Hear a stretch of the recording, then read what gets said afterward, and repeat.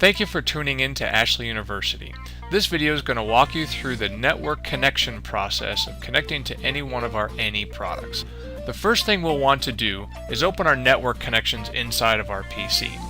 We'll want to disable our firewall protection simply by clicking on Change Windows Firewall Setting. We'll want to turn the firewall off.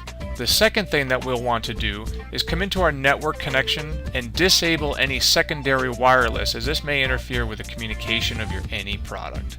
Once we have turned off our firewall protection temporarily and disabled any secondary wireless connections, we're ready to connect to our product. Establishing Ethernet communication with an Ashley ANY product can be made by directly connecting to a PC, running the Protea software, or through an Ethernet router. Let's take a look first at the direct connection. On the back of the product, you will notice a 10100 Ethernet connector. This is where you will plug in a 10100 Ethernet cable. These lights here will be able to tell you if you've established a connection with the product and also if you have data streaming. If a successful Ethernet connection has been made, there will be a solid green light located on the back of the device. If there is no green light showing, there is either a problem with the RJ45 cable or the network source, which must be addressed before proceeding further. If you are looking to do an Ethernet communication through a network, it will require an Ethernet router, switch, or a hub that is connected to a PC.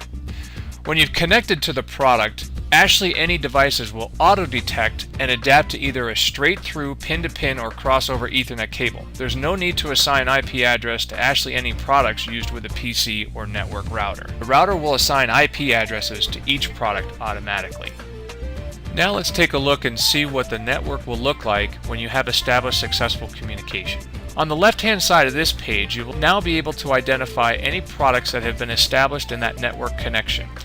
It is important to note that the software will automatically scan for active ANY devices on startup. You can also manually scan for any ANY devices at any time by clicking on the Scan for Devices button down here. In addition to detecting which models are currently online, any factory installed options such as CobraNet or EtherSound or AES EBU will also be detected by the software. As you can see, I'm logged into the Ashley network from a remote location. And as I look at this menu tree, I can see that any products that are highlighted in red, I am not able to communicate with live, but anything that's in the green, I can actually now begin to program. The easiest way to do this is just to click and drag these over to the project canvas, and then I can successfully start programming these products. Any of the products that are highlighted in red that should be there that aren't, probably need to go back and check your network connection cables to make sure all of those connections are established correctly. If you followed each of these steps correctly and are still having trouble establishing a network connection with your product, please visit the Ashley website. Under the Downloads page under Frequently Asked Questions, this will help you walk through step by step each of these things that have been mentioned in this video. And thank you again for your continued support of Ashley.